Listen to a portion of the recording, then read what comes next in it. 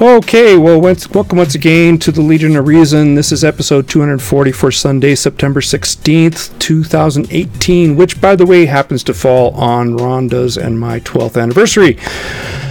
And getting on to real important things. Happy anniversary. Yeah, well, thank you. The past few years have... Rhonda, of course. Oh, yeah. We've just been having some wine today. Nice. The past few years have been rough for the weed killer glyphosate, the active ingredient in the popular herbicide Roundup. First, there was that Seralini paper, which, although later retracted by the journal it was published in, after the authors refused to do so at their request, claimed that it was carcinogenic in rats, even though those rats tend to get tumors anyway over their lifetimes. The WHO's International Agency for Cancer Research reclassified the herbicide as a probable carcinogen, I'm using scare quotes now, in 2015, over which there has been more controversy. Last month, a California state court awarded a whopping $289 million US to Dewayne Johnson, who claimed his terminal case of non-Hodgkin's lymphoma, I really got to shorten my sentences, was caused by this herbicide. And this past week, a report commissioned by the group called Ecological Defence Canada, wherein traces of glyphosate were found in a number of food products, appeared on the national news program aired on a major Canadian network. I'm not going to name CTV at all here. In episode 240, I already said that, didn't I?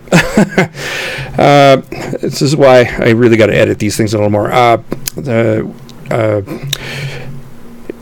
Okay, I'm just going to read this as it's written. I'm not going to try and make things up. In episode 240 of the Legion of Reason podcast, Vancouver Island University professor Robert Wager joins us in exploring the claims and the evidence in the Glyphosate Manufacturesy. So welcome. I'm going to move into these. Oh, this is the Skype. Yeah, welcome to the podcast, Rob. Thank you for having me. That was awkward. I thought I saw Twyla trying to join. So did she try? I'll try and get her in, and yeah, no problem. I'll do that. Poor Twyla's knocking on the door and going, let me in. And okay, here we go. This might take some doing because I have to. I'll see how it goes. Anyway, so how are you doing, Robert? It's fine. How are you? Cold. It's cold here. This is garbage weather we're getting. I don't know. You weren't this afternoon. We had a major thunderstorm, knocked out power, and I almost had to go to work to do this interview. Wow. Oh wow, that's kind of odd. A thunderstorm on Vancouver Island, isn't it? Yeah, very much so. I mean, you get these general rains that last for days, and out here. For us, it's thunderstorms. Yeah, kind of par for the course. I mean, it's this tornado country for Canada. I mean, that's we're in second place, Canada, in the race for how many tornadoes we get per annum, but we're way behind the United States on that.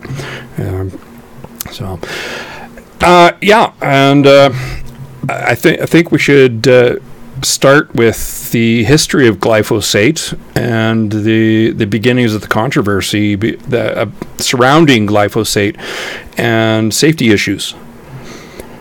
Well, glyphosate was invented in the early 1970s, actually, and it didn't really come to prominence until the development of genetically engineered crops, where the crops were specifically engineered to be resistant to this particular herbicide. It's a really amazing compound, actually. It's very effective at killing a very wide or broad spectrum of weeds, but it's also rather non-toxic to anything that's not a weed. So it doesn't persist in the soil. It breaks down into non-toxic components. It's actually a rather useful agricultural compound. I just muted my mic. That was like everybody's going, hey, well, there's no sound. Okay. Blame it on the wine. The mechanism of action of glyphosate, I mean, it kills weeds, so why doesn't it kill human cells? I mean, well, because it actually targets a particular enzyme that's responsible for making a subgroup of amino acids that are used to make proteins. Now, we don't make those particular group of amino acids the same way that plants do. So we don't have the enzyme target that glyphosate actually attacks. So for us, the glyphosate, and for all animals for that matter, is virtually non-toxic unless you take huge amounts of it. Yeah, which is true for pretty much anything, including water. I mean, people forget that water will kill you. Water will kill you. Hyperhydration is a real thing, and people have died from it. I mean, if you dilute electrolytes, which are required for neural transmission, to the point of where they no longer can perform their function, you can have a heart attack. I mean, calcium is definitely one which is necessary in sufficient concentrations for heart function. Sodium, same thing. Too much water will kill you. Yeah, absolutely. And it's nothing to do with drowning either. It's no. It's just physiology. And it's now the most commonly used herbicide in North America. Both the United States and Canada use it quite a bit, especially after the advent of genetically modified crops, which are resistant to Roundup use. And so where did this controversy start? Well, it probably started at the beginning of the development of genetically engineered crops. I prefer to call them, as virtually all life on Earth is genetically modified. Genetically engineered refers to a specific engineering or specific change made, and that's what these crops have had done to them. That happened in the development was in the late 80s, and then by 1995-96, the first GM crops or GE crops came on the market. And with that came a great deal of fear and apprehension by certain groups. And of course, because those early GE crops were herbicide tolerant against, so you could use glyphosate, the people also started their campaigns against that particular compound. Is this just a fear born of the idea that this is a compound which is created in industrial chemistry, in factories, basically, or is there something else that started this? The argument of exactly how it started, you'll hear different versions from different people. There's definitely a component of big corporations being involved in the food supply. And you can sort of understand that because Europe's had some significant health issues over the past couple decades where food had some problems. So part of it is not being in favor of corporations having too much say in our food supply, and part of it is the idea that there's something called chemical-free food. Oops, sorry, my bad. Go ahead. There we go. I'm trying to get some. Okay, there we go. Never mind. Keep going. Everything in life is a chemical reaction. Mm-hmm. We're walking, talking bags of biochemical reactions. There's no such thing as chemical-free food. But it makes great advertising, and it gets a lot of people very upset. Yeah, one of the things that I've seen a lot of is, well, if you can't pronounce it, we don't sell it. And I'm like, well, okay, a banana, name that chemically using IUPAC system of naming compounds, and we'd be here till the cows came home. Indeed. Yes, it's everything is made up of chemicals. Yeah. We talked earlier about water. Well, you could also call that dihydrogen monoxide. And there was a famous meme that went out a few years ago where there was a call to ban dihydrogen monoxide, and it listed all these things that this compound could do. And people were quick to sign off on that until they realized they were actually talking about water. Yeah. Yeah, we've seen that one. It's hilarious. Yeah, it's a lack of, it's a kind of a scientific illiteracy in that, people don't understand that chemicals, all normal matter is chemicals. If it isn't chemicals, it's dark matter or dark energy, which we don't know what are yet. It's not that they're black or something. We simply don't know what they are. And there's this disconnect between the lay understanding of, natural is good, which is a logical fallacy in and of itself, and this idea that it's the appeal to nature is a big problem, that people don't realize that foxglove is very natural, but I wouldn't go eating one. It would cause the last thing you did. Yeah, exactly. It'd be cardiac arrest. Like, dang. But the other thing is also dosage. If the active ingredient in foxglove is taken moderately, it can treat certain cardiac conditions. People do not understand, the source of a chemical doesn't matter. It's what it does biochemically. And 2, the dose matters. Absolutely. Toxicology 101. The dose makes the poison. Exactly. I'm just going to bring Twyla in here. She's now here. Let me bring her into the conversation. She's very, very, how shall we say, outspoken. Passionate on this one. Yeah. Oh, there has she done? Oh, she's gone in. Okay, I'm going to grab her. She's coming in on us on a different Skype handle, which makes things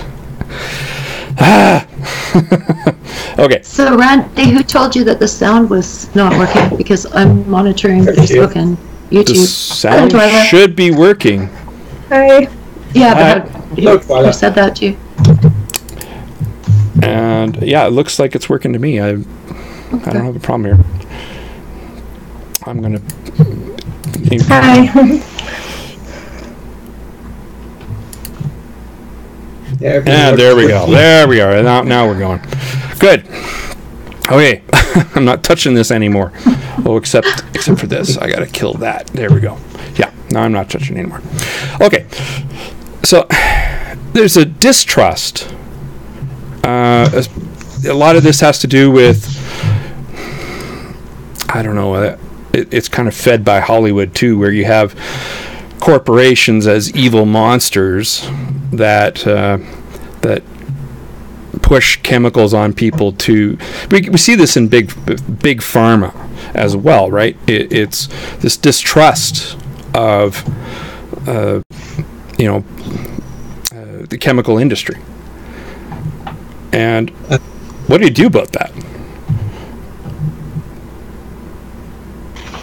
Twyla had something to say on this? My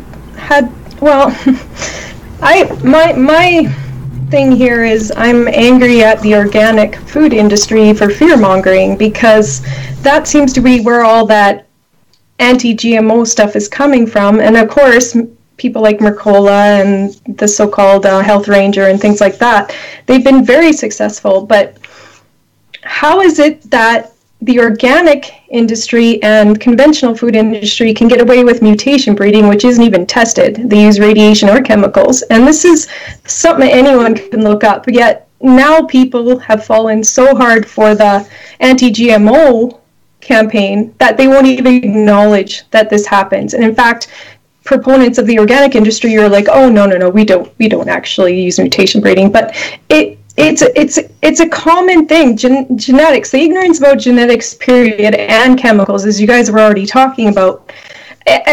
Genes change. They mutate constantly, whether we cause it, whether nature, it happens all the time. That's natural. Genes change. This is completely natural. It's unnatural for them not to. So this campaign that has completely miseducated everyone is the most frustrating thing for me. So how do you even begin? Like I was online, and I love that you're on that Genetic GMO Answers. But who listens to us? Who listens to you? How do you even begin to fight that misinformation campaign that everybody, most people, have fallen for it? And even places like Catelli have now put their non-GMO label on there. And I have to boycott them because they've absolutely bought into this misinformation campaign, and now just feeds into the ignorance of everyone. Plus now this court case. Have we brought that up yet? So yeah, I'm not quite absolutely frustrated. Absolutely frustrated at this whole thing, and now that's going to just add another layer. Case. Have we brought that up yet? No, we haven't talked about the court case per se. Yeah, we're getting there. We will get there. I'm sure we'll get there. The idea that the public is misinformed about agriculture. Well, unfortunately, they're misinformed about many aspects of society. What's different with this particular situation is that we're multi-billion, multi-decade, multi-national. Oh, sorry, you're kind of cutting out there, Rob. A little closer. Yeah, closer to Mike's good. Okay, so in the case of GM crops, we have a multinational, multi-billion-dollar, multi-decade fear campaign designed to misinform the public and, by just happenstance, sell products that are alternatives. Advertising works, and when you spend billions of dollars and you flood every media farm, you're getting results. And unfortunately, they have gotten results. The flip side of it is that the media has figured out this now, and they're starting to give both sides and a much more critical view of those type of advertising campaigns. Even the CTV one that came out this week about the Environmental Defence Canada, they were in some very good information along with the fear story. So at least now we're getting both sides of it being told to the public, and they're not just being fed and expected to swallow it hook, line, and sinker. Yeah, I'm a little bit cynical. I'm downright cynical of the CTV story because, because I don't think this is a non-story to me. So giving both sides to a non-story is kind of dubious in terms of, giving kudos to that. I mean, really, we're going to get to the story in a bit, but I mean, we're talking measurements in processed foods of parts per billion when the minimum or the maximum allowable intake per day is in the parts per million, which is 3 orders of magnitude.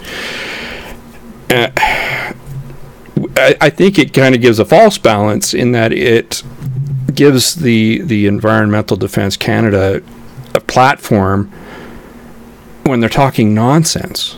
It's just not. Who is Environmental Defence Canada? I'm sorry, they're not scientists. Who are these people? Why are they even a mouthpiece for this at all? It's a good question. There's a lot of money floating around, and they certainly get their grants from organizations that have an agenda that includes vilifying anything to do with GE crop technology. Yeah. And they put Canada in there and make it sound like a federal agency. It's not. So for reporters to give these guys a platform too is absolutely frustrating, and they do it all the time. Yeah. The DPRK has the word democratic in it, but I don't think North Korea is very democratic. They can call themselves whatever they want, right? Who they are is a completely different matter. We're going to get to the lawsuit in a bit, but not the lawsuit. We're going to get to the lawsuit before we get to the recent CTV piece on residual or trace amounts of glyphosate on foods. But even before that, we have to get to the International Agency for Cancer Research changing the designation of glyphosate from a non-carcinogenic product to something that might cause cancer. It's basically, literally what the designation means. They say probable carcinogen. What was behind that? Well, that was a very... you can't know without being in the room when they did it, but it looks from appearances on the outside, it was a well-orchestrated, multi-year campaign designed to get exactly that result, that they could claim that glyphosate causes cancer.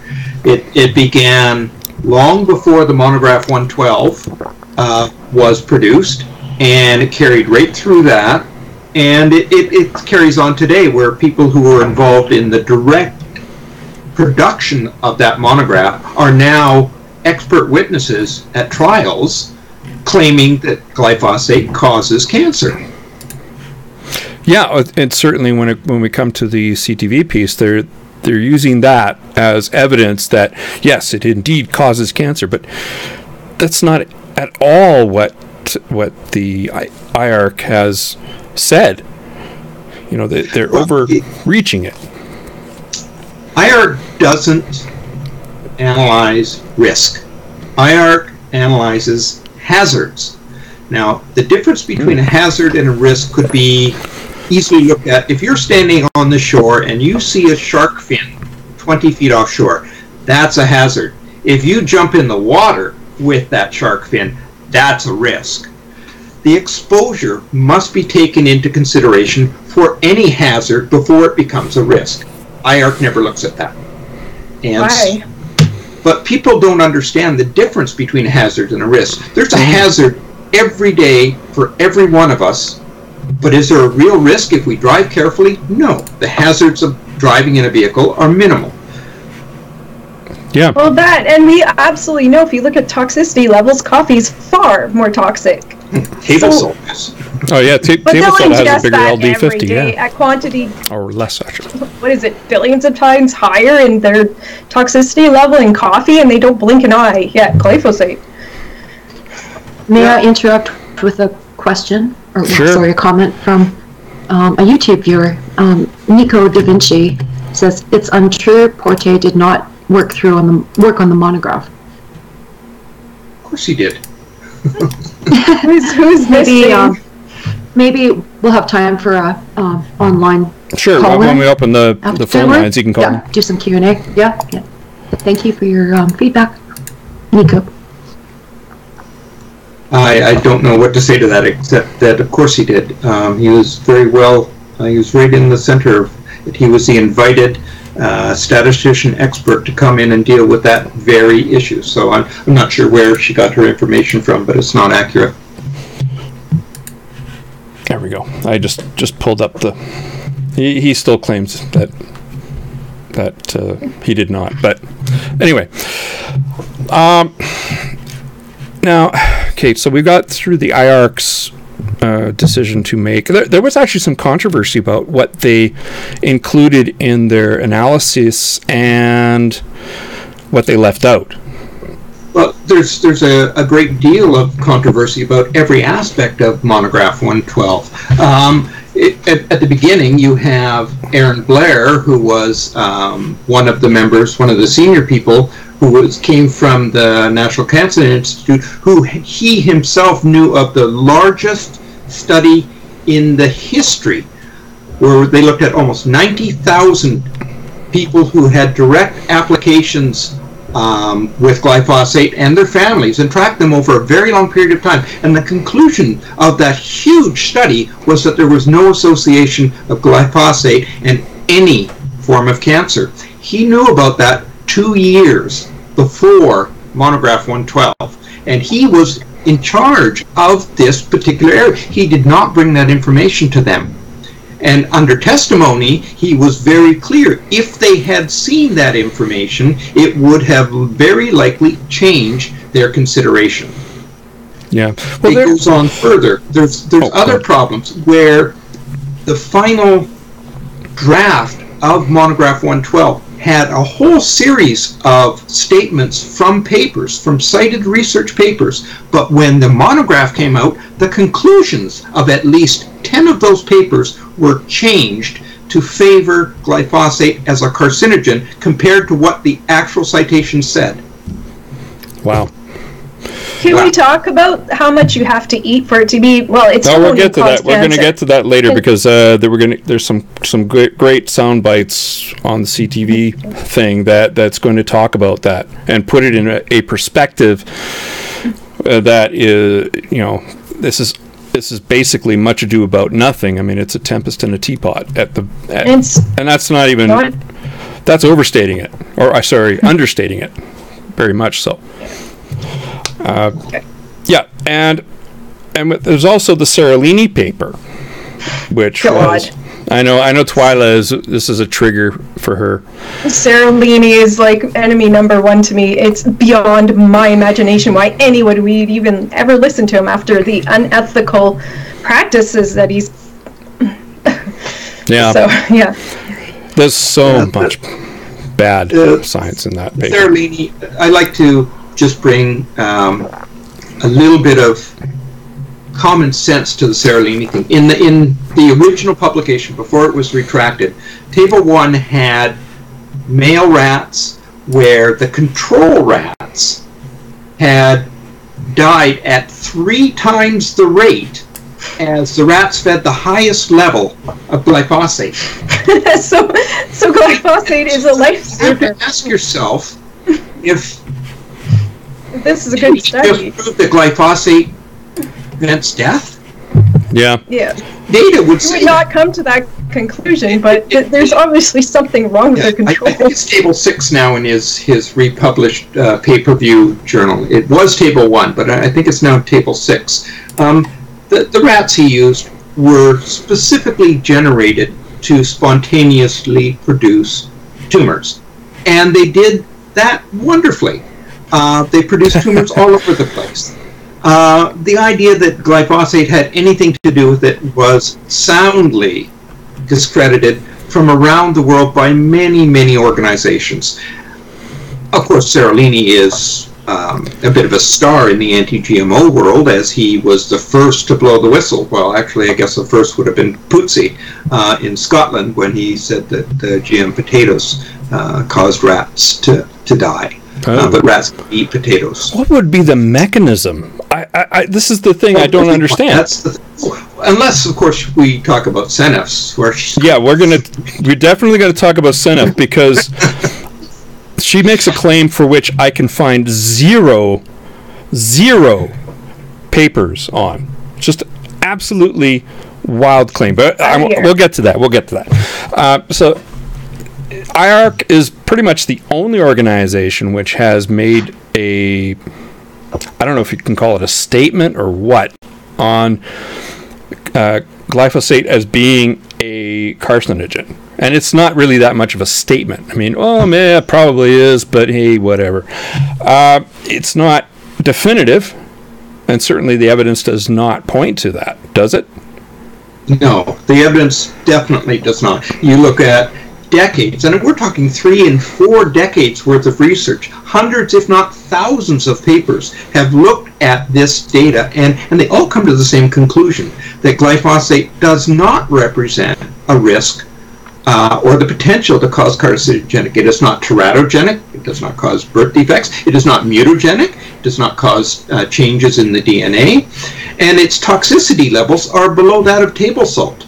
It breaks down into non-toxic compounds in the soil in very rapid time. It does not bioaccumulate. It does not absorb well into animals at all. In fact, we pee it out as fast as we take it in. Well, yeah, because it's water soluble. Yeah. It's extremely soluble. Yes, it is. 12 grams per liter. That's huge.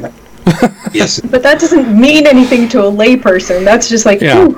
Exactly. That's the thing. That's the disconnect between reality and perception.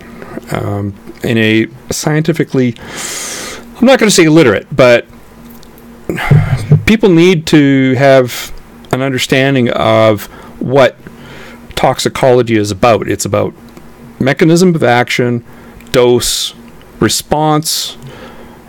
That's actually kind of it, isn't it? Is there anything else? They don't even know what mechanism of action is. They don't even know you have to be able to describe. Actually, you don't even know what cancer is. I had a teacher. Cancer's many things. Well, she's like, what is cancer? Cancer is changes to the DNA, right? Your skin cell no longer acts like a skin cell. It's the DNA has to change before the cell becomes. And teacher didn't even know that. Arguing with me, and then she gets a medical dictionary out, and it says that, right? People know how. The mechanism of action is how it changes that DNA to make the cell. That can be caused by environmental factors. It can be caused by your own historical contingency in terms of genetics. It could be lots of factors that go into that. Exposure to certain chemicals. And when you both have already, especially Rob here, has described why it doesn't cause cancer. Yeah, well, no one's is saying go out and go to your local bar and order a shot of Roundup. I mean, let's just be sensible. When you're handling chemicals, and it still won't cause cancer. It'll kill you. It'll kill you in other ways, right? It's not going to kill you via cancer. I mean, you're going to die long before any tumors develop. And they can't cause tumors. Yeah, and people have murdered children using less table salt. Sure, you can do that. Literally. I was watching, my wife is very much into forensic files, so we see these things, interesting ways of killing people. One of them was table salt. And 3/4 of a cup of table salt will kill an adult. Yeah. It doesn't take that much. The LD50 is lower than it is for Roundup. And salt doesn't cause cancer. And this ain't golf, so the higher the better. Yes. You want a very high LD50 when you're talking about toxicity. Yeah. And so, the Seralini paper had a lot of, they never published any pictures of rats that were controls in their original paper. Which would have still had tumors. They looked exactly like the rats that had the big tumors. Because they too had big tumors. So there was no real, I guess they wanted to save on the publication cost. It must have been, yes. They wanted to be, okay. Sure, you do pay for pictures, so it does matter. So if they're the same, hey, what's the point? We are getting comments. Oh yeah. I'm going to go to the chat. All right. Yeah, Nico Da Vinci has a question referring to the AHS study. But first, a rant from a listener on Facebook. Thanks, trying to figure out if this is pro-GM or anti. Oh, so GMO scientists say that GMO foods is good. Like Ford saying Ford is the best. Or perhaps a small amount of poison glyphosate is good to eat. No, that's not what we're saying. That's not what we're saying at all. GMO. Yeah. None of us has a stake in the GMO industry. Not one single one. Yeah. Message to Cammie Ryan. Where's my check? Well, I said please, call in on our toll-free number. I call that slander. Well, I'll put that up in a bit. Yeah. Okay, Liz. Okay, so GMOs are not harmful. There's no evidence. There's no evidence of harm. None. Not a shred. In the Monsanto papers, document number 45, there's an email from John Aquavella, Monsanto, to Donna Farmer. Oh, here we go. Out of context emails. Great. Okay. WikiLeaks. Nonsense. Yeah, and please phone in. When we put up the phone number, we're not going to do that yet, but we will. No, yeah, we will. Bring the evidence. Yeah, I just want to. There's an email, and we're talking about objective empirical evidence, as if I shouldn't have to qualify this. That's what evidence is. Okay, it's objective. It's the same for everybody, and it's empirical, something that's measured. I don't want to hear an email. I don't care. I really don't care. Where's the evidence? That's what's important here. It's You're interesting. You're going to slander me and call me a GMO, like have some kind of stake in GMO, bring it. I'm actually just a mother, a person that goes into her job every day. I don't have any stake in the GMO industry at all whatsoever. I don't have... risk versus benefit. That's always the consideration. With GMOs, I've yet to see any risk. There's just none. There's just none. Bring the chemistry, bring the science, bring the evidence. Yep. We've already taken down all of this. I don't want to hear emails. That's rumor. If you're not listening, if you can't ask us why, when Rob already explained why. We'll give them a chance. We'll give them a chance to state their case on the phone line. But we got to carry on with her. Yeah, we're going to keep on going. If there's a benefit, and there is a benefit, what is the benefit for genetically modified crops with relationship to glyphosate? Probably the biggest benefits are in the environmental impact issues. You've got to remember that it's very true that glyphosate is one of the most widely used herbicides. The reason it is the most widely used is because it's the most effective with the least impact in the environment, and it has replaced a great many other herbicides that were used prior to that did not have that. They were far harsher, these other compounds, and some of them persisted and some of them were more toxic. And so using glyphosate, not only have we reduced or eliminated the use of a lot of these other compounds, but we've also replaced it with something that doesn't persist in the environment, breaks down into completely non-toxic components, and the biggest, probably one of the biggest things that it has allowed farmers to do is something called no-till agriculture. No-till agriculture allows the farmers to not tear up the soil every year to deal with weeds. When you tear up the soil, you greatly enhance the potential for soil erosion, both for wind and water.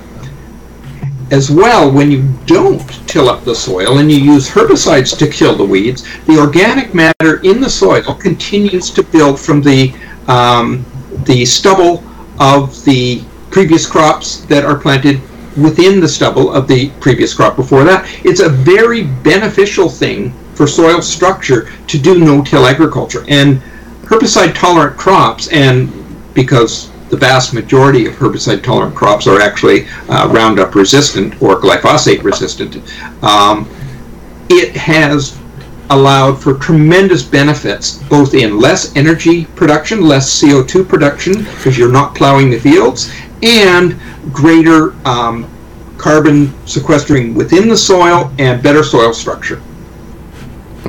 Yeah, and so you're using fewer chemicals which are hazardous to the environment, and this is the benefit in this case. I mean, there's other crops for which there's, it's case by case basis, which being genetically modified provide other benefits as well.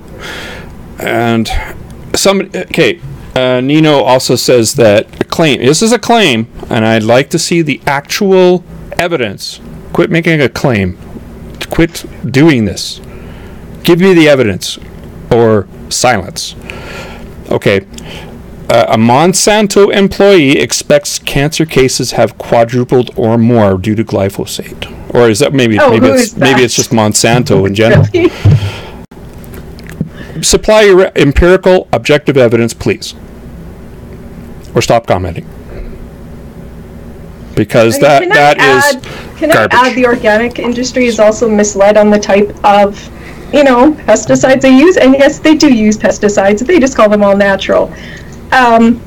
When you compare the toxicity of something like, say, uses copper or nicotine and such to glyphosate, and for them to even say they don't use pesticides, that is absolute nonsense. They do. Yeah. They just don't use synthetic ones. Rotarone is a pesticide that is used in organic farming practices, and it is a teratogen. It's nasty. It's very nasty. It's being phased out because it is actually rather nasty. Well, I think only certain jurisdictions continue to allow it to be organic used now, which is a good thing. We're getting that particular nasty compound out of the marketplace. Yeah, that's only used in the organic industry. It's long since stopped being used in what they call traditional farming practices because it's really dangerous. But it's not synthetic. Yeah, but people have this idea that organic means, oh, well, it's all natural. Well, who cares if it's all natural? What I care about is what it is, what it does. I mean, we already covered the foxglove example. That's an appeal to nature, and that's a bad thing. It's not just a logical fallacy, but it can kill you if you commit it. And there's lots of logical fallacies in the whole thing. Like GMOs, there was a time when the smallpox vaccine, when they used cowpox as the agent for boosting the immune system against smallpox, people thought it would turn them to cows. Have we really advanced any farther than that? And I'm not so sure. I mean, people have always been afraid of what they don't understand. It goes back as far as human history goes back. We make up stories to deal with things that we do not understand, whether it be things in the night sky or things we see around us. There are all kinds of stories made up because we simply don't understand. And that's where science is so beneficial to societies around the world. We don't die at 30 anymore. Mm-hmm. We don't, because science and technology have brought forward better medicine, better sanitation, better food, better water. All of these things, now we live to the ripe old age of 80 or 90. And it's true that if you look at the basic rate of cancer 50 years ago, it would have been lower, but that's because we died of other things beforehand. The vast majority of cancer is a disease of the aged. When cells get old, as we get older, our cells start to lose the ability to fix the constant mutations that happen every day in every one of us. Yep. Eventually, some of those mutations take hold and often develop cancer. So cancer very much is a disease of the aged. As the population ages, we start to see more cases of cancer. But if you look to the National Cancer Institute, you will see when they adjust for age, cancer rates are not going up. They are going down in the vast majority of them. There's still a little bit of an uptick on lung cancer with females. Particularly, they haven't quite caught on about smoking yet, but it looks like it's about to start coming down now. But the vast majority of cancers are actually decreasing in rate. And that's a wonderful thing. As well, the science and technology has allowed us to have much better methods of treating cancer once it's actually diagnosed. And what's really fascinating, and the world really hasn't seen the tip of this iceberg yet, is the genetic or gene editing technologies, which will very soon make traditional GMOs obsolete. When we start using those, we will be able to take individual cells from a person, modify them, and put them back and eliminate cancers. This is truly personalized medicine at a genetic level, and that's what's coming in the future. But it's unnatural, so there's still going to be people complaining about it. Or you're playing God. There we go. Yeah. Some people are okay. Anybody who wants to talk about GMOs when you call in and you want to call Monsanto out, explain to me why it's okay for mutation breeding, thousands of changes at once in organic. However, these specific tweaks made for GMOs after... Why is it okay to mutate food but not make specific tweaks? Why is it okay to not test the organic food that you got from mutation breeding, but you have to test the GMO? Why is it okay that organic food is not tested? Yeah. Tell me that. Well, I'd like to know how making a change in the DNA, I mean, DNA, if you ingest it, doesn't really survive very well in stomach acids. You really eat DNA all day long. Yeah. We played a game. I was coming back from Edmonton on Friday, and we played a game.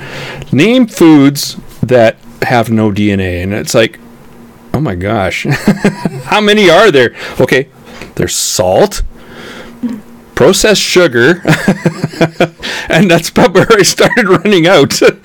Water, highly refined oils. Yeah, highly refined oils. Then you're starting to run out of. You really are starting to run out, because refined foods maybe, but not always. I had a tough time doing it. It was, and 80% of Americans, it was a kind of a what do they call it?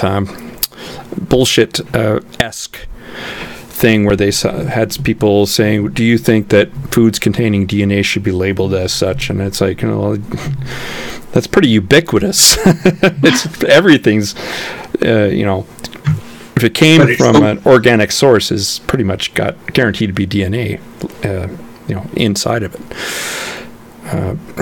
And somebody put up a website about DNA-free food, DNA-free tomatoes. Oh my Would you God. buy this? And so many people were like, yes. Good job. Congratulations. It was pretty funny. Yep. One of my favorites is, of course, if you go back in the history of the anti-GMO movement, their favorite icon is the fish genes in a tomato. So the fishy tomato. And so many people have been very afraid by this. And so I ask people often, why would you be afraid of that? When you eat fish, do you become a fish? No, they say. When you eat a tomato, do you become a tomato? Well, of course not. So when you eat a fish dish with tomato sauce on it, do you become a fishy tomato? Yeah. No. Well, that's exactly why I brought up the smallpox thing, because this is the same kind of logic, and I don't know. I don't understand this. Yes, GMO foods are tested anyway, but what could the mechanism possibly be to cause harm? I just don't get it. Well, particularly since don't we share 50% of our genes with plants too? Yeah. I mean, people don't understand how life came to be through the ages, and that genes are simply make up everything, and what made up life in the first place we are connected to. So we share DNA with pretty much everything on the planet. So eating it is not going to mutate you in any way. Yeah, DNA just doesn't survive stomach acids. I just don't get it. But you get people who are very... I think some people would object to it being supposedly an animal product, right? Like people that are vegetarians. Okay, yeah, if it's a philosophical thing, I get it. I get it. Yeah. But we share 50% of our DNA with a banana. Yeah, so if you're eating bananas, Exactly, you're, you guys, this logic here that you're avoiding certain things that were alive. I don't mean to make light of people who have issues with eating animals, and I seriously don't. That's a personal choice. But there's simply nothing in the worries that eating animal DNA versus plant DNA is any different. It's simply DNA. Yeah. DNA is DNA, like salt is salt. If you're not going to eat animals because you don't like the farming practices and all that, fine. But just know there's plenty of pollution when it comes to, farming organic food. Oh, it's less sustainable. Organic apples, I mean, organic is less sustainable. So, if you're going to take out, if you're going to weigh your risks and harms on what you're eating, I wish I didn't have to eat live animals, but then people object to synthetic meat. You're taking all my options away. Give me the synthetic meat. Fine, I would rather do that. But have you tried the new burger from A&W? Have you tried that new burger? The I don't eat an A&W because they advertise all this hormone-free. Well, I'm sorry, but all sick false. cows I cannot eat there. I'm sorry. But no, okay. They say, well, would you believe that this burger was made in a plant? And I'm thinking, like a meat packing plant. But no, it's a no. It's actually it's a scary. It's a damn good burger. It's actually really good. So anybody who's a vegetarian who wants to have a good burger, go to A&W, get that. I can't remember what they call it. It's not their regular vegetarian burger, but it's meatless, and it's damn good. Yeah, that's what it is. Yeah, the Impossible Burger. Is that? Yeah, something like that. It's actually scarily good. Do they advertise that as hormone-free too? That would be a mistake. That'd be false advertising. Well, it is anyways. Hormone and antibiotic free. Well, it would be antibiotic free probably. Well, so it's all antibiotic free. I'm sorry, there's no even traces of antibiotic. They don't inject the plant individually with an antibiotic. That's probably what they mean. A lot of plants have antibiotics as defense mechanisms. You know, same with antifungal and other things. But it's this idea again. It comes back to the appeal to nature. That natural is better. They don't realize that organisms have antifungal and antibacterial and antiviral compounds, which if you don't use the pesticides on the plant, they make their own in higher quantities that are more toxic for you. It just makes sense. I mean, they need to survive. It's like the source of a compound, right? The source of a compound seems to matter to people, whereas there is some value in terms of fiber, when you're eating fruit. But okay, sugar. Let's just take a look at sugar. It comes from cane sugar, or if it's synthesized in the laboratory, does it differ in caloric value? And no. But people think it does. Composition. But people think it does. People are like, oh, sea salt. I'm like, you want salt with contaminants in it, and that's better because it's more. Are you kidding me? Himalayan salt has no GMO. It's not a GMO. Himalayan salt. And they slap. No, there's no. Oh. Anyway, we're getting. Yeah, let's move on. Okay, so now. I have to share something though. Okay. I'm sorry. Remember, I posted. It was probably 3 years ago, and I posted this gift pack I got, maybe from like Superstore or something like that. If you spend X amount in groceries, and it had toothpaste that said fat-free and non-GMO. Can you imagine? I'll post it on the page later. Brushing your teeth with uncooked hilarious. Duck fat? Yeah. Come on. Fat-free. Oh, my. Yeah. I mean, you can label... Something that's like that. True, but who cares? Yeah. It's no different than the other guy's toothpaste, right? Oh, marketing. I think of a distinction. No, well, we were also talking about like advertising, that kind of thing, right? And it's a marketing thing. Yeah, Robert brought up the point of that and how it can be. Like I thought about it's not a false claim; it's just so utterly stupid that it's meaningless. Yeah, it's irrelevant. Right? It's an irrelevant kernels. Claim. A bag of popcorn kernels had the no gluten label on it. Yeah. When things are already there was no salt in it either. It was just plain old popcorn seeds with the label gluten-free. I'm like, no kidding. Anyway, so is that like false advertising, or is it just? It's obviously not false. It's just irrelevant. Then people wonder if there's gluten in other popcorn. That's the thing. Just asking questions. Flavoring or something. It was just popcorn seeds.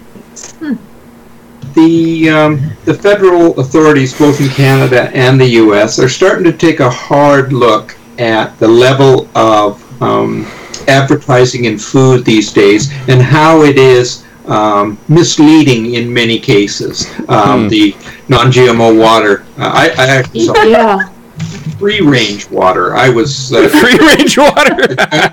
Just so I would have the bottle that. Okay, that was a joke, right? Come on, that had to be a joke.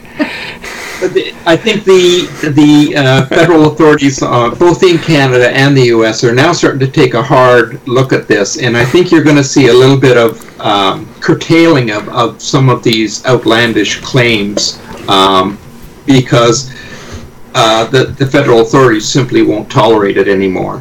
Yeah, and that's a good thing, because it's clear that a lot of these claims are doing nothing but generating fear, and that fear is used to sell their product, and that's not what advertising is supposed to be. Or it's taking advantage of gullibility. There is an argument to be made for caveat emptor, right? I mean, buyer beware. Yeah, I remember this thing. It was a little dish looking thing. It was just plastic, but it's basically taking the place of coat hangers for TV and antenna reception, right? And you don't pay anything for cable because you're not hooked up to cable. Or, it's like, well, duh, these are just basically rabbit ears with a little plastic dish on there to make it look like it's satellite. It sticks out of my memory back in the 80s or something. The 80s were a time of, a tumultuous time of this kind of thing. But it was, there's caveat emptor. I mean, anybody with any knowledge of TV is, kind of like, oh, you've got to be kidding me, right? But there were people who bought this thing, and one of them was my aunt's mother. Of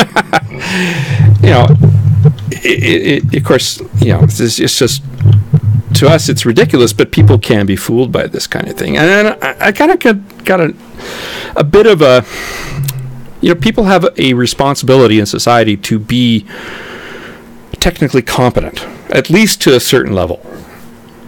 And you can't legislate away stupid. I wish we could. But you can give millions of dollars to stupid now. Yeah, the answer is to educate. Absolutely. And I don't believe that government is here to micromanage people. So this is my not necessarily libertarian bent, but I just believe that legislation cannot cover all the bases. There's just too many of them. I mean, there's thousands of bases. So the idea is to educate people and get people to not buy into the food babe.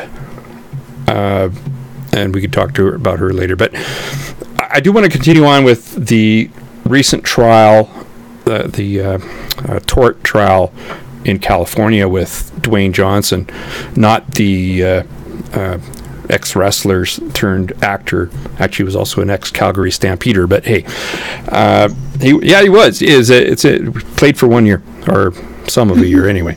It was a while back, and before he went into the World Wrestling. I'm not sure which one. I don't keep track of that. I don't watch it. Thank goodness. Anyway, so the trial in California, where this whopping decision against Monsanto, $289 million, for somebody who was dying of non-Hodgkin's lymphoma. What would you like to tell the jurors on this? Because we don't do science in a courtroom. That's very true, and unfortunately, particularly in the U.S., it's a very litigious society. Oh, it's extremely litigious. Somebody got $10 million because they spilled hot coffee on themselves.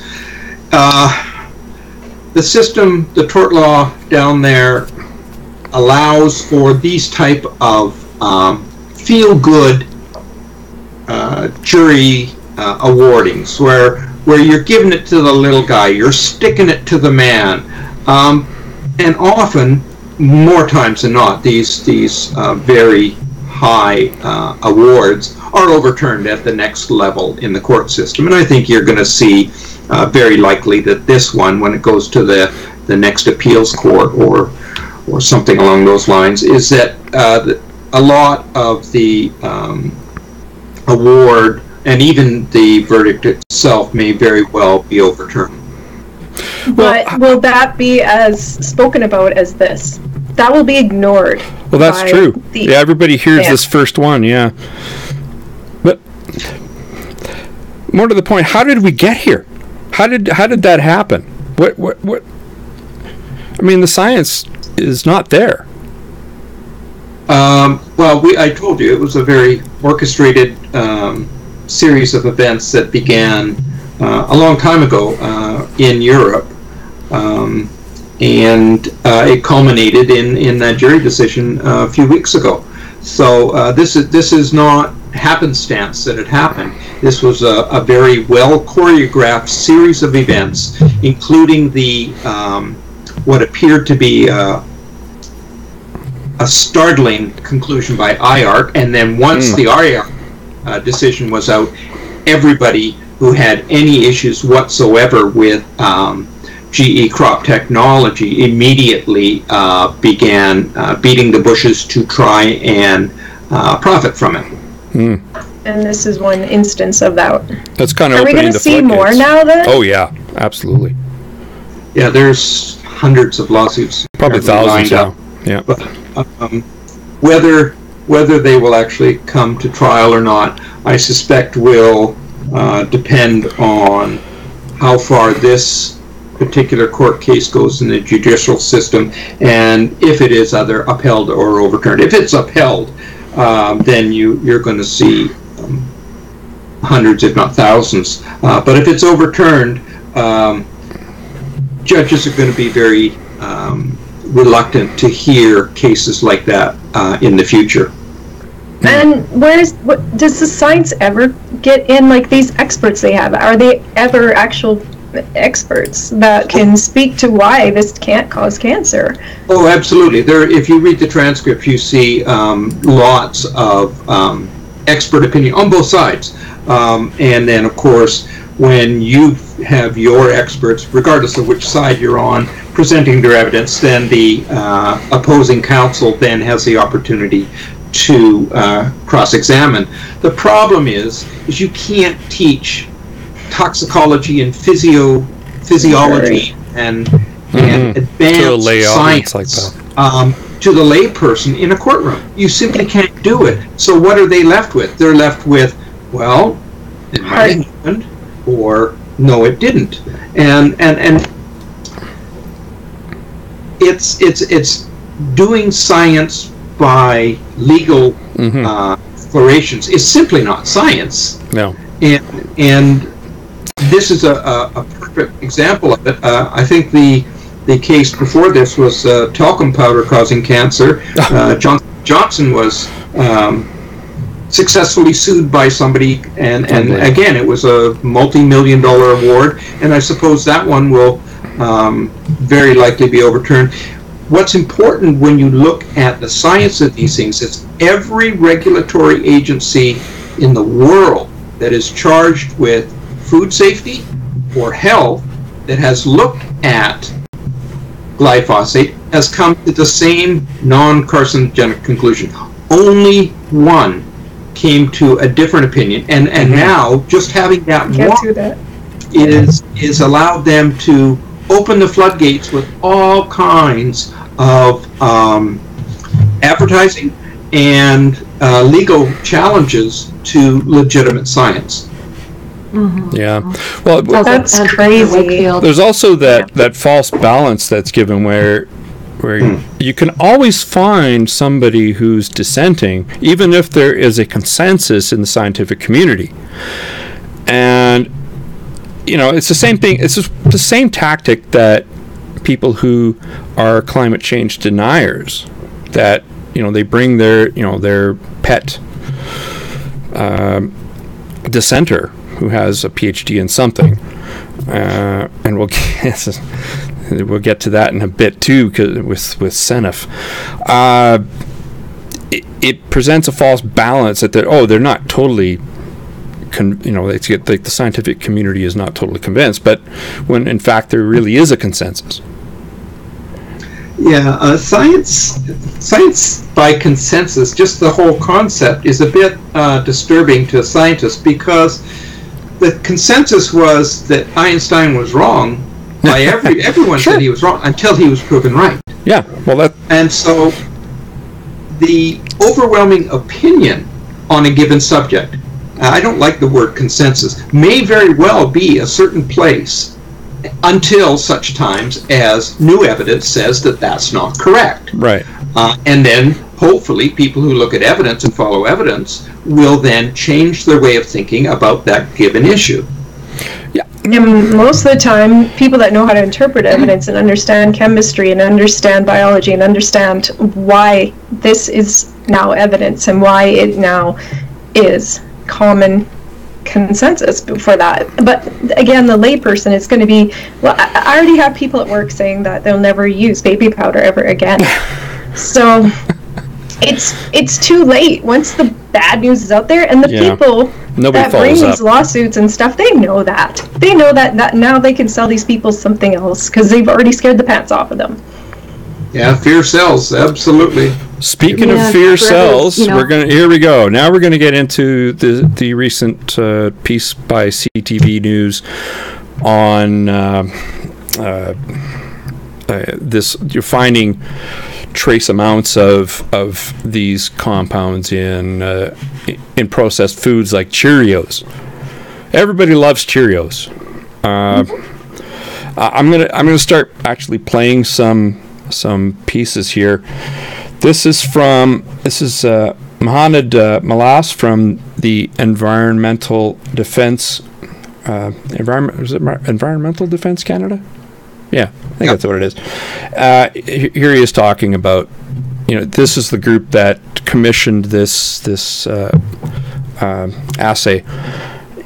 Here we go. The evidence on glyphosate for the past couple of years has been building up. We know that glyphosate has been linked to cancer by an international agency that is associated with the World Health Organization.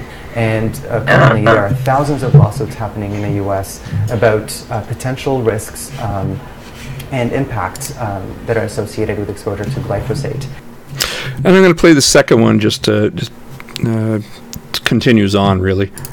So cumulatively, we are seeing that children are potentially being exposed to levels that could be concerning, and that's something that we really take seriously, and I think Health Canada needs to take seriously as well. I love the insinuation that Health Canada isn't serious. They're easy to vilify by these people, though. A couple of the words, I just wrote down exactly what it says. We know that it's linked. Yes. I caught that too. Linked doesn't mean associated. It doesn't mean it's associated with. All it means is somebody somewhere has put two different things together. The other one is levels that could be concerning. Concerning to who? The people who are selling the fear? Or the health regulators in the country who have no concerns about it? Yeah, apparently they have no concerns at all. It's like they do not ever. Yeah, they're so careless. They're just in their cushy government jobs and. Hey, it's like Health Canada. Who will think of the children? Certainly not Health Canada. I mean, give me a break. Anyway, now the next little bit is by Stephanie Seneff, and she makes. You listen to the this is even more important to listen to the language in this piece, and not just the claims. The claims are outrageous already, but let's just listen to the language. I hate her. I've learned to do that too. The United States and Canada use significantly more glyphosate per person in the population than almost any other country in the world. And these two countries also have a lot of health issues that I think are connected to exposure to glyphosate. I believe that glyphosate has an insidious cumulative mechanism of toxicity that involves incorporating into proteins by mistake in place of the amino acid glycine. And I think this is how it's getting into all the tissue. We're being exposed from many different directions, and we're accumulating it in our tissues. No! Listen to the language there. I believe it's all it is. That's exactly what struck me too, yeah. Not a shred of evidence supports any of this, including especially the claim that glyphosate substitutes for glycine in protein synthesis. That's garbage. Yeah, the whole molecule. I could not find a single paper That's on like that. saying salt's going to replace water somehow. Just, it's somehow water binds with, like, it's so mind-bogglingly ridiculous if you have any clue about chemistry. But she's not trained in that. She was trained in artificial intelligence, computer programming. She's not even anywhere near qualified to comment on this. Neither of those two people are. So yeah, I this is where the thing is. I would normally laud the television network for actually saying, okay, we're giving both sides and going to an expert. The thing is, this should never have been never got to CTV at all.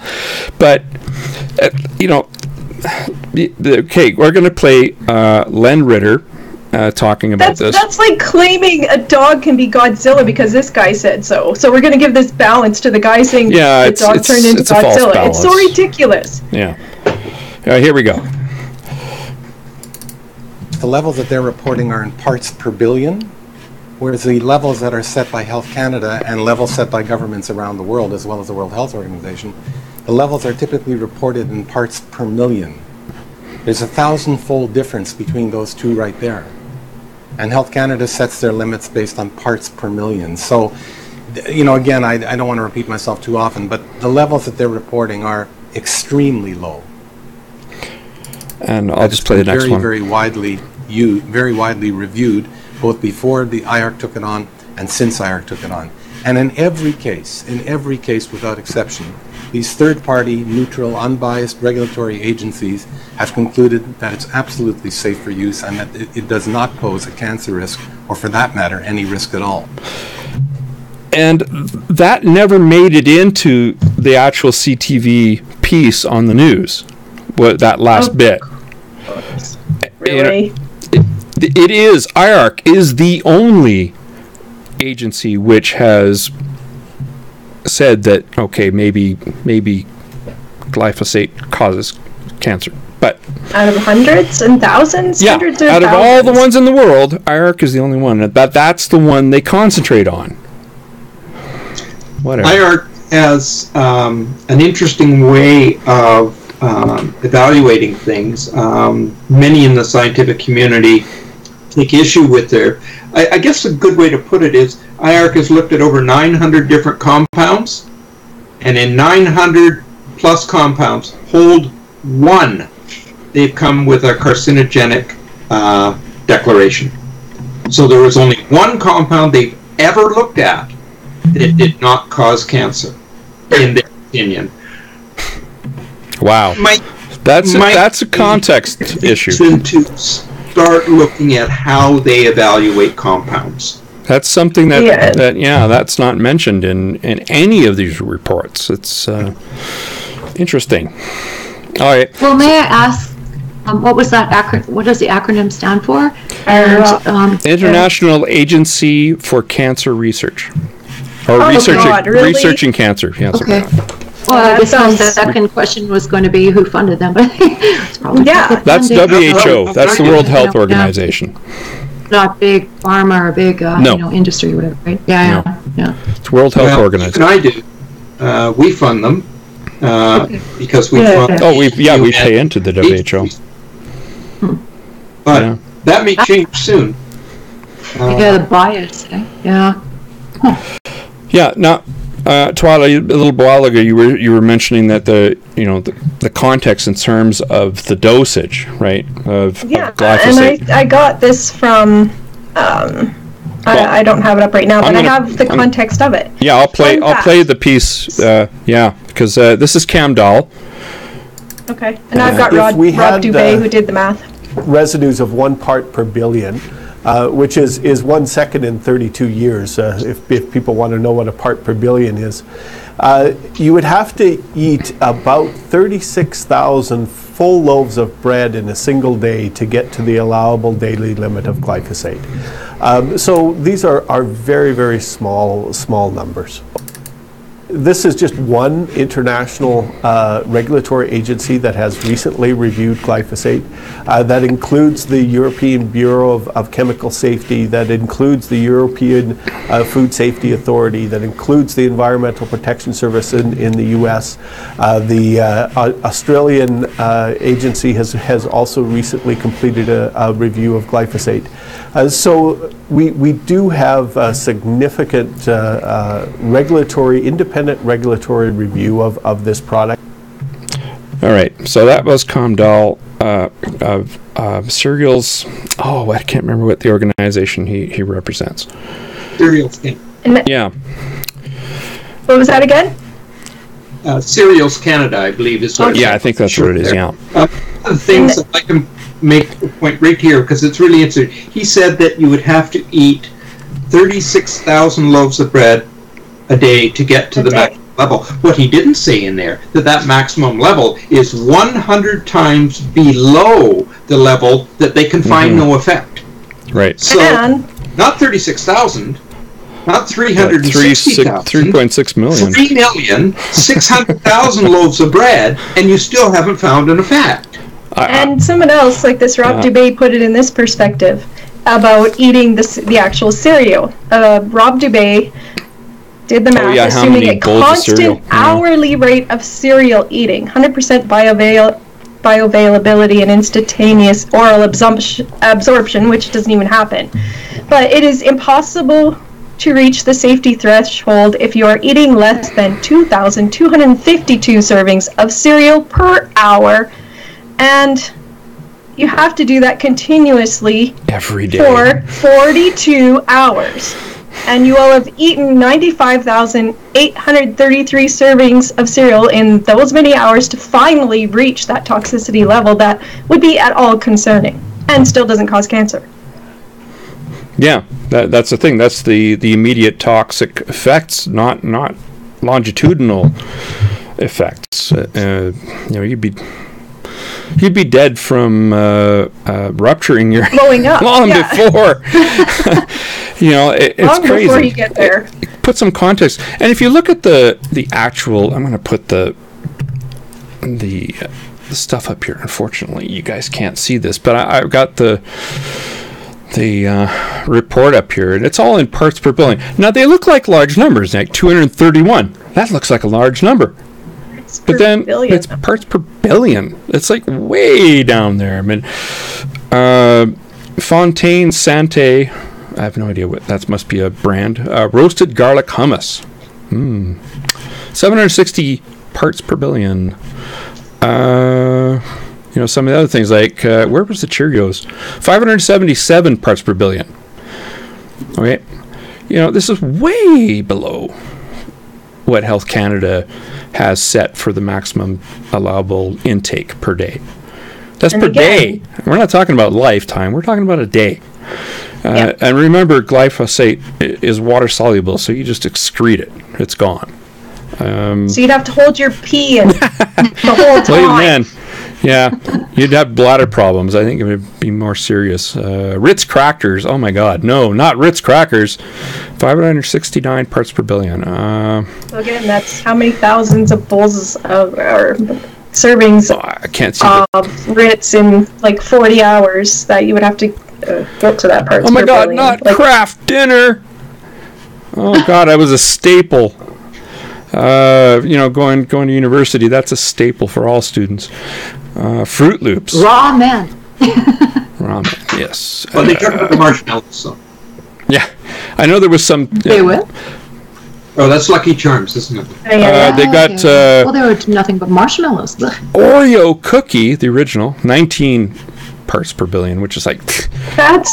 What's the error in measurement on these things? They don't give you that. I mean, there's no error bars. They should be forced to put it parts per million, so there's a 0.0000 in front of it. Well, that's the thing. That's very do misleading. that, it's a small number. In terms of, like I'm obviously no chemist or anything like that. I study rhetoric, but everybody knows ppm is parts per million, even me. Even though that's not part of my professional realm or whatever. Well, right? some things actually act at the parts per million level. What does that mean? Hydrogen sulfide is very toxic at the parts per million level. But it depends, right? It depends on where you observe toxic effects in reality, and that can be dependent upon the species that you're using as a a surrogate measure for human toxicity. I mean, I think the toxic levels appear at 10,000 milligrams per kilogram in mice, but in rats it's something like 7,000, I want to say. 7,000 milligrams? 5,000. 5,000? Yeah, something like that. And it depends on the species of rat. Or species of animal that you're using as a surrogate measure for human, because you don't want to give. I mean, as much as we'd like to do that to somebody like Doug Ford or something, we can't use humans like that. or Donald Trump. Donald Trump, mind you, Donald Trump. I don't know. He's probably got a lot of resistance to things that are toxic, but I don't know. Who knows? Because he, in and of itself, is the toxicity. Yeah. Well, yeah. His own soup of toxicity. I get way too much dose of that. So I am going to open up the phone lines now, so you can phone in. The phone banner is out, and if you phone in, please turn your feed down, because there is a delay between what we're doing here and what you hear over the feed. So the phone number is toll-free 1-587-288-1067, and you can give us a shout and have your say. But please bring evidence if you're being contrary. No conspiracy theories. Yeah. Yeah. And if nobody Assertions are calls in, not I've got welcome. a few comments that I can read out. There's quite a robust discussion going on the YouTube page. Oh, good. Yeah, and I don't see know if Paul Enns is, Palogia, Oh, yeah. our podcaster, Yeah, Paul, I know. he was listening. I don't know if he's still online, but I said call in. But if he doesn't, Now you can call in, Paul. We'll ask It's this up. question. It's up. Cool. What we can also Yeah. we can shift the discussion to GMO for now, because I mean we've seen this. Well, no, actually, before I do that, I want to have our guest have his say on this study. Our study. I can't call it a study. I got to call it a report. That's it. There's two of them, actually. They came very close together. There was the Environmental Working Group one that came out of the U.S., and that was, what would they call that one? It's a Roundup in your breakfast. And then... I just sprayed on a little bit. The latest one was the Ecological Defence Canada, which was for lunch. So I'm actually just anxiously waiting who's going to do Roundup for dinner. I'm sure somebody's got that report in the works. Unreal. Got to cover 3 meals a day, so it's important that we make sure we scare the Missing one. out of the population on every. Need one more. And I'll say again, Environmental Defence Canada is not a single scientist with, but The issue is that we're not promoting glyphosate. We're not promoting Roundup. We're not promoting these things. What we're doing is we're saying that the risk is, it's, as one person said, and somebody who actually is an expert, and the name escapes me, this is almost the ideal herbicide because of its low toxicity and its effectiveness. And in fact, it actually promotes ecological farming practices. That's the thing. We're not promoting GMOs. We're not promoting Roundup. We're just saying the risk is incredibly low for and being overblown by these other groups. Oh yeah, and that's why we have to that's defend right. science. That's right. I want to play what Bear had to say. I mean, there's a statement by Bear, who actually... In a statement, Bear Crop Sciences, the makers of Roundup Right, Environmental Defence Canada, and other activist groups are fear-mongering. This is yet another example of a publicity campaign that will no doubt cause some people to worry for no reason at all. I agree with the sentiment, but I'm not sure this is helpful. Because you know how people react to statements like this, right? Of course, I'm going to say that they make it. Totally agree with the sentiment. There's no question of that. It's just people are going to be defensive about this. I don't know. Yeah, and because you played that, I'm expecting my check from Bear. Yeah. Because I'm a shill. Cami, if you're listening, We are now shills. It's spelled Tyson, okay? Yeah. And I want It's clearly Not public relations type THEI. language, right? Yeah. Yeah, in terms of genetically modified, how actually is that done? Genetically modifying a crop. It's not CRISPR, is it? Nothing that. We are using CRISPR now. Okay. To do like the new Arctic apples that are coming out will be done using CRISPR. Cool. Some of the new potatoes that are coming out that are fungal resistant and non-browning. I mean, that's a wonderful product. If we can eliminate the use of fungicides in potato production, everybody should be on board on that. Yeah, the blight, that's the thing. The potatoes are so susceptible to the blight, which is a fungal thing. And the brownings, haven't they proved that the browning, like some of the chemicals that come out of the browning are carcinogenic, so they're actually making a non-carcinogenic. I think you're thinking of French fries. Isn't that good? I'm not aware of that myself. Yeah, I think you're thinking of French fries, because you get amides that are formed when you fry it. Yeah, I think. But I thought there was some toxicity with the browning too, so I'll have to look at that again. Yeah, I don't think so.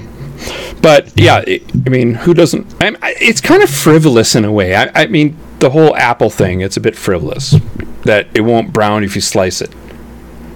I don't know. It just, to me, that's kind of novelty. It's great if you have a party and it's going to sit out for a few hours, but moms like to cut up apples and put it in their kids' lunches, and the kid will eat them more if they're cut up than if they're on the core or something. You know, we're just spoiling children, but well, aesthetically speaking, it's nice to have. Okay. You know?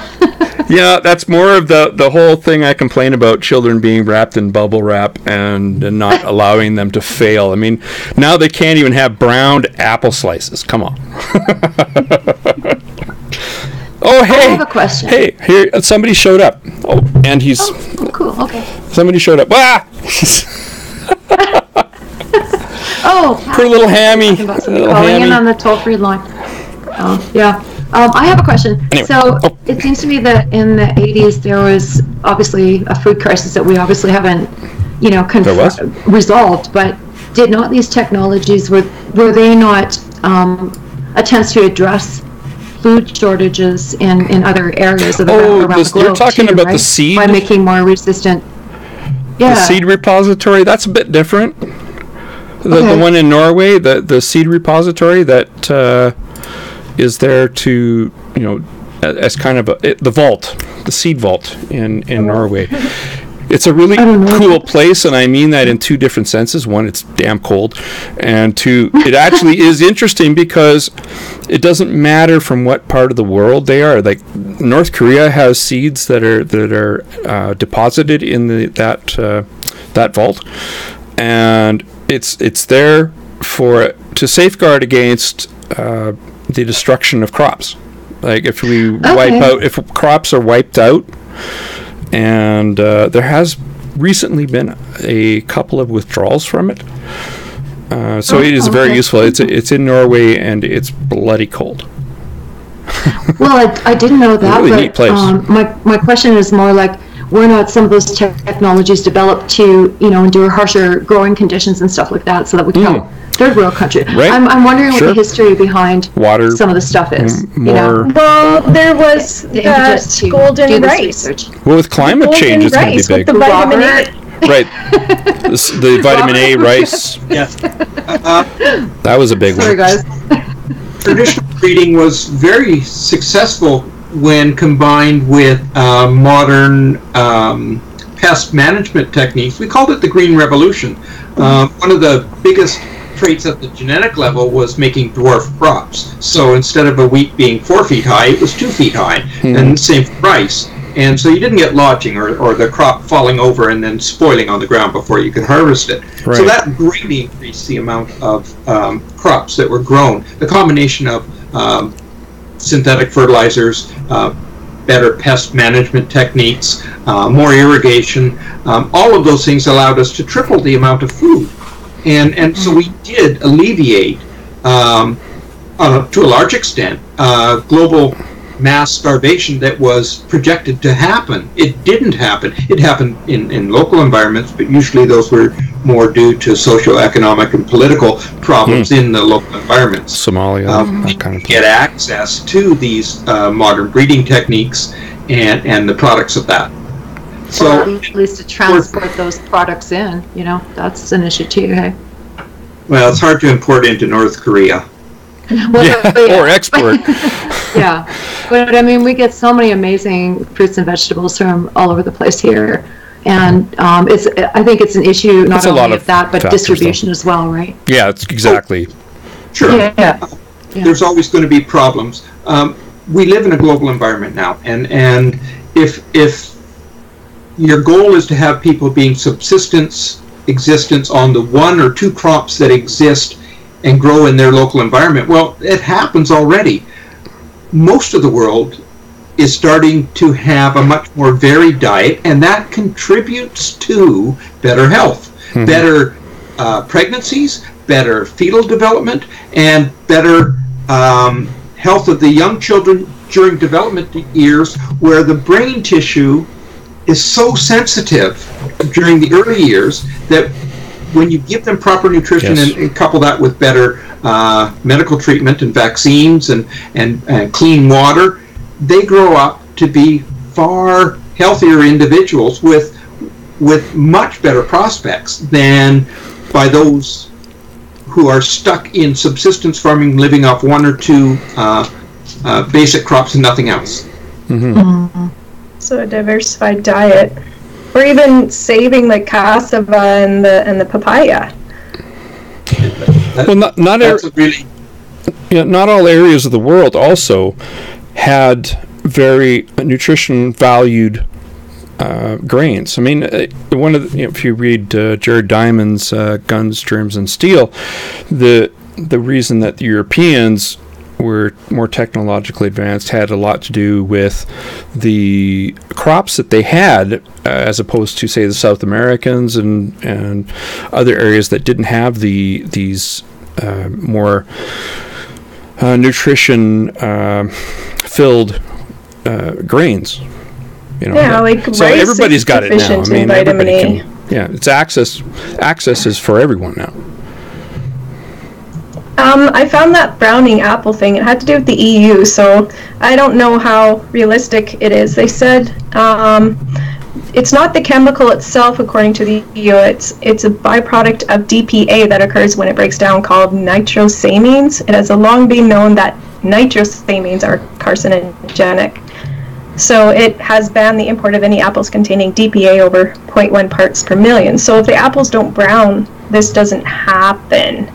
How does that sound realistic? Yeah, but the EU has a big problem with GMOs to begin with. Unfortunately. Well, they're very proprietary. These GMOs, they know grow better. They want their own. Well, that's like Saskatoon berries. You know what Saskatoon berries are, right? I mean, they're like little blueberries, and in a pie they're damn tasty. But Scotland will not allow Saskatoon berry pies because they haven't been tested. And I'm like, wow. Yeah, they have. I eat a lot of Saskatoon berry pie. I know damn well that I grew up on Saskatoon berry pies. I mean, it was in the fall. Oh, yeah. Cool. Yeah. Yum. Yeah. Screw blueberries. Give me Saskatoons. It's a lot of these things are trade. Oh, just a second. I just want to say that a lot of these things are politics more than anything else. Like, and in retaliation, by the way, Saskatchewan didn't allow McEwen beer, so you couldn't find McEwen in Saskatoon. I'm sorry, that's a shitty Scottish accent. And McEwen, by the way, McEwen, put a spoon in a glass of in a mug of McEwen, it will stand. Okay, that's what kind of beer it is. I have it once a year. When I went to Saskatoon for Folk Fest, and I would always go to the Saskatchewan, the Folk Festival, Folk Fest, which is a big multicultural thing. Mm-hmm. And I always go to the Scottish pavilion and have a McEwen's, and I couldn't do it one year. I'm like, my whole trip is ruined. I can't have a McEwen's. Because the whole trade war thing. It's just politics. It's silly politics. Anyway, go ahead. Okay, so would you like me to read some stuff from the okay, go ahead. Oh, I'm just going to read one from Pelagia, aka Paul Enns. Directed to you, Robert. In the U.S., anyone can sell a book with dangerous claims as long as they don't sell the dangerous product, and anyone can sell the dangerous product as long as they don't make a health claim. Is Canada the same? I believe. No. Robert. Yeah. I'm not sure I agree with the statement itself. Selling dangerous products, as in order are you hope that they're regulated so that it doesn't happen. Of course, sometimes things fall through the cracks. Raw milk is a perfect example. There are places where raw milk is still allowed to be sold, and it kills people. It just kills people. I mean, before pasteurization, it was known as white death. That's what milk was known as. It killed many people, and it still kills people today. Yet, in certain jurisdictions, raw milk is allowed to be sold. I'd like to believe that... But they can't sell it with the health claim that it's better than regular. Like, they can't make that claim on the milk, but they can make that claim online to sell you the milk. Yeah, the advertising, as I said before, there's a lot of loopholes in advertising, but fortunately, regulators on both sides of the border, U.S. and Canada, are starting to look at those health claims or insinuations or implied benefits, and with a much more discerning look than they have in the past. So hopefully we'll start to see a little bit more tightening up of those kind of things. And the other posting is on YouTube, and it's quite the discussion. So I think we should just, I don't know, I know that one gentleman, Nico, had said that he had to leave or something like that. I think he's still online. But anyway, I think he'd like to see us address these questions in the future. So. Well, one of the things is that he cited a paper called The Metabolism of Glyphosate in Sprague-Dawley Rats. And of course, we already talked about Sprague-Dawley Rats and why it's not a good idea to use Sprague-Dawley Rats like Seralini did. The number of rats per group. Okay. Oh, okay, sorry. Okay, so while Seralini used 10 rats per group, the power of that number is abysmal in terms of drawing conclusions from. I don't know. Can you speak to this, Rob, about the Ridley and Murley paper? Are you aware of it? Not sure which paper that is. Neither am I. It's called The Metabolism of Glyphosate in Sprague-Dawley Rats, but I don't know what journal. That makes a difference because that's how you look up a paper. Let me look on PubMed. Just let me go offline here for a second. Again, Sprague-Dawley Rats is a problem. Yeah, they're specifically designed to generate tumors, so it's not a surprise that when you grow them for 2 years, their life expectancy, they have tumors. And I think the reason why was because they were going to use those rats in cancer research, so they wanted the tumors so that they could test cancer drugs or something. Seralini and group have made so many different claims about their paper now. I've lost track what their latest one is. They've said it's not a toxicology paper, or it's not a cancer paper, or it's not this, or it's not that. I simply lost track. I have no idea what it would be then. That would be at all relevant. Yeah, stay away from dubious sources. Seralini or those rats. Come on, start thinking about it. Well, sorry, Nico, I cannot find any reference to this paper in PubMed. So yeah, there again, you go. Done. People. Post a link or something. Yeah, post a link to the PDF if you can. If not, give me a PubMed reference. I can find no reference whatsoever. I'm sorry. And of course, then we already have the aforementioned Sprague-Dawley issue. The number of animals that you need to use to get any statistical significance goes up in Sprague-Dawley's relative to pretty much any other.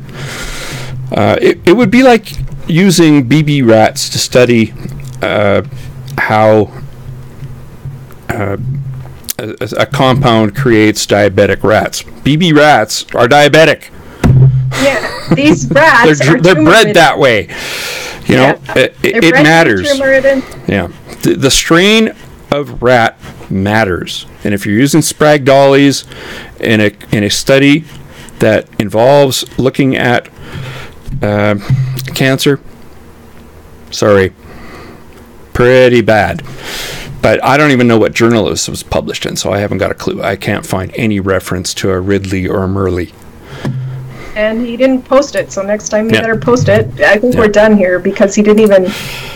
Yeah, I don't see anything. I get 0 search results, so I can't say anything. I can't speak to it. I can't speak to it, and so that's enough said. Yeah. Not a proper citation. But again, it's got Sprague-Dawley in it, and you're talking about cancer. Come on. They already used the wrong strain. It's like complaining that humans have nose hair. Yeah. Anyway, I think we've kind of covered all the bases here. And anybody wants to follow you on Twitter, they can find you. Your handle is Robert Wager 1. That's correct. And you have a website. Yeah, it's just robertwager.com. And somehow I managed to, actually my son who built my computer page, he built it and he was able to secure that name. So it's just robertwager.com, and there you'll find a lot of the articles I've written that are really geared toward the average person. So I try and eliminate the jargon and explain what the science has found, sort of demystify it. And then along the way there's a lot of debunking of the myths. And then there's lots of links to other reputable sources where you can get information from. And if you ever have a question, just email me at robert.wager@viu.ca, where I work at Vancouver Island University, and I answer all questions. You've got to write a book on this. And you're not an owner of GMOs, and you don't have GMO seeds, and you don't have a stake in the GMO industry. Yeah. No. I read that there on GMO Answers. No, it says right on GMO Answers that he doesn't have a stake in this. He's just simply somebody who knows what he's talking about. Yeah. Yeah, I teach biochemistry and molecular biology. It's my area of training, and I got involved with this, it was almost 20 years ago when I read a fabulous book, and I really recommend everybody should read it. It's Pandora's Picnic Basket by Alan Ewan. A wonderful book.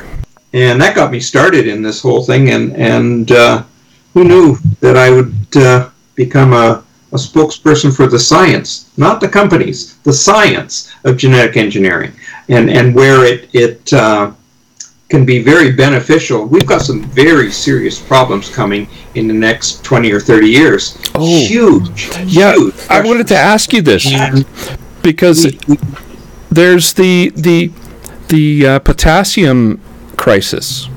Is that a real thing, or is that phosphorus? The phosphorus, yeah. Is it phosphorus? It's a real thing. It's interesting. One of the best things I've seen in the last couple of years is, I think it's out of Northern Europe, where they're actually mining the phosphorus out of human waste to recycle it. Holy crap. What a good idea. What a good idea. It actually is a real thing. It's not a job I want.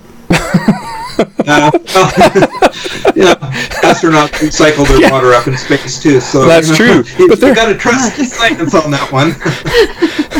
But they don't have to actually, it's not like in The Martian where you had to actually pull everything apart. I hope. That would really suck. I don't know what their systems are up there, but I know that they do recycle that stuff. Yeah, of course, yeah. Especially water. Anything to do with water has to be recycled. And water is water. Phosphorus is phosphorus. In the end, salt is salt. Yeah, but he's right. There is a concern about scarcity of phosphorus. It's an essential component of fertilizers. Right. Maybe we'll have as much luck with phosphorus transport mechanisms and engineering more efficiency there as we are beginning to have with nitrogen efficiencies in crops. So we're engineering crops so that you need less nitrogen in order to get the same yield. And that's really fascinating stuff. And maybe it wouldn't surprise me at all that we find similar ways to tweak the DNA of our food crops so that we need less phosphorus as well. Cammie Ryan just sent a link here, or not a link, but I have a hairless. Yes, I do have a hairless cat. It's a Sphinx. Yes, he's a pink little piggy. Oh, you got one too. Oh, cool. Yeah, he's a pink little piggy. He's got even the markings of a pig. Yeah. Anyway, this was a Monsanto thing.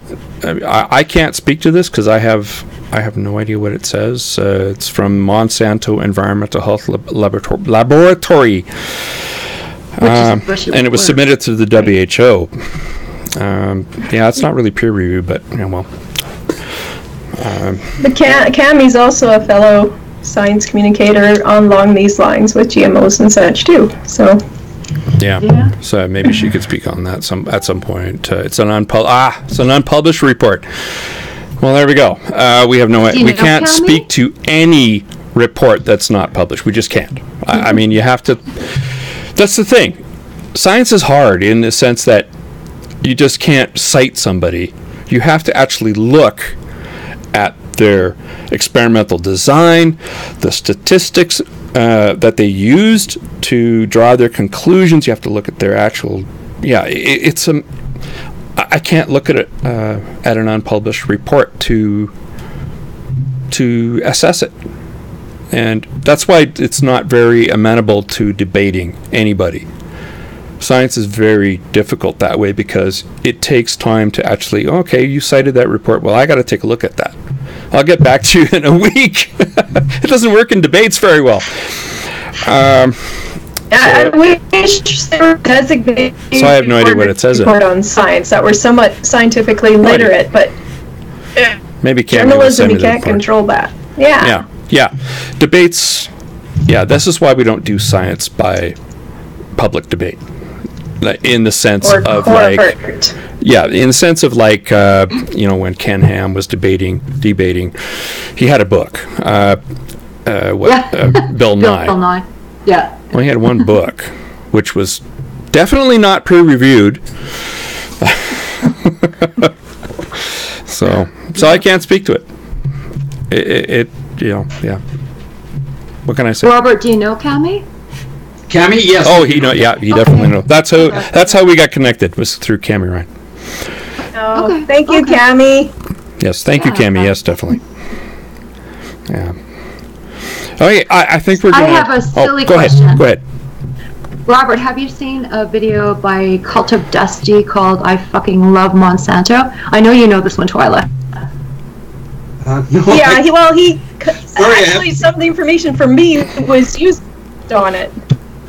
Okay, cool. They didn't get credit, though, the bums. I know who Dusty is, but I haven't... I don't know the particular reference. This is from a few years back now, hey?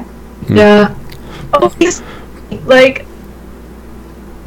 Sorry, I'll post it. Safe for work language. It's awesome. If you send me a link, I can play it. It's about 5 years ago. Yeah. You should actually include that with this. Yeah. Do you want me to put it on now? Sure, we could. Well, send the link to me, and I'll put it on full screen, and that's what we can use as an outro. Okay. Dusty is feisty. Yeah, I don't agree with all the things he says, but to each their own. Send me the link, and I will. Yeah, I'm just kidding. Yeah.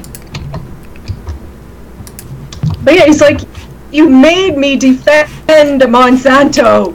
Mm-hmm. Yeah. Monsanto doesn't exist. Oh, and by the way, not anymore. Single reports, single citations are no good. Something has to be repeated before we should start attaching great confidence to a conclusion. By the way, that's just another thing. You don't Yeah, and even better is something like. Sorry, go ahead. One thing you missed out there, very important. The controls. It's controls. Yeah, and what constitutes a control too, because there's a difference between naive and control, right? You only have. I've seen so many papers that have not got proper controls. It just boggles my mind. Like homeopathic. I remember that case of acupuncture and lazy eye, which is a bizarre thing. It was a terrible thing because how do you control? Well, you can control for that. It's difficult. They didn't do it right, but you can control for that. You can actually do it in a double or even triple blind fashion if you have the right. You have acupuncture devices, which even the practitioner doesn't know whether or not they're applying a needle. Some clever budgie at Harvard actually came up with that. Control. What constitutes control is it can be very dicey. I'm just thinking of some of this. It's the heart and soul of good experiment. Absolutely, yeah. And sometimes you can't actually have a control. It's not possible. When I'm thinking of human assessing treatments for humans, you can't do it. You can't withhold a standard of care. It's because of medical ethics that you cannot. If there's already a treatment for something, you can't withhold it. You have to do. Or the universe. Yeah. We only have one universe to discuss. We don't have a comparative universe to study, right? Well, that's true too. In terms of empirically. Well, we only have one example of life coming from non-life. That's this planet. Yeah. That's it. Unless you're a what do you call them? Panspermian. Panspermian? Is that the correct term? I don't know. I've never actually called someone that. Panspermia is the. Rude. It is. It does sound rather rude. Panspermia is the actual term. Someone who believes in panspermia must be a panspermian. Okay, whatever. Anyway, did you send me the link? I did. You did. It's in the Skype. Yeah. Okay, let me grab it here, and I will play that. It's just a good example. 16 minutes long.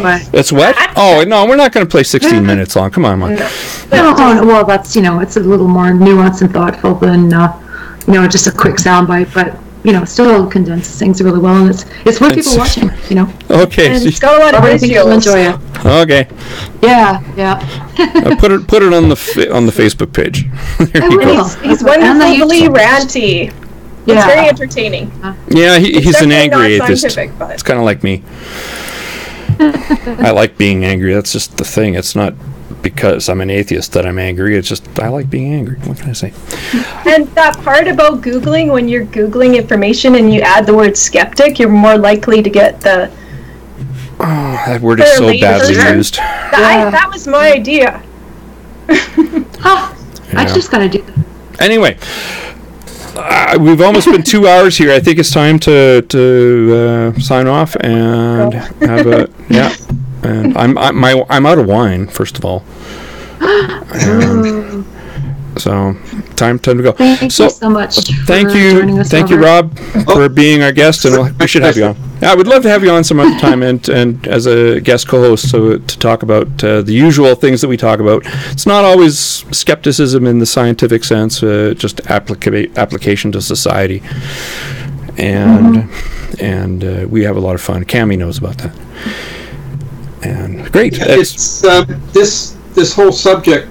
The reality is, GE technology will be part of our food future. Of course. How much is questionable.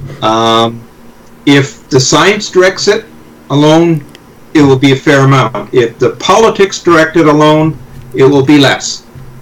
But we won't be able to feed more people more sustainably not at all. Without using this technology.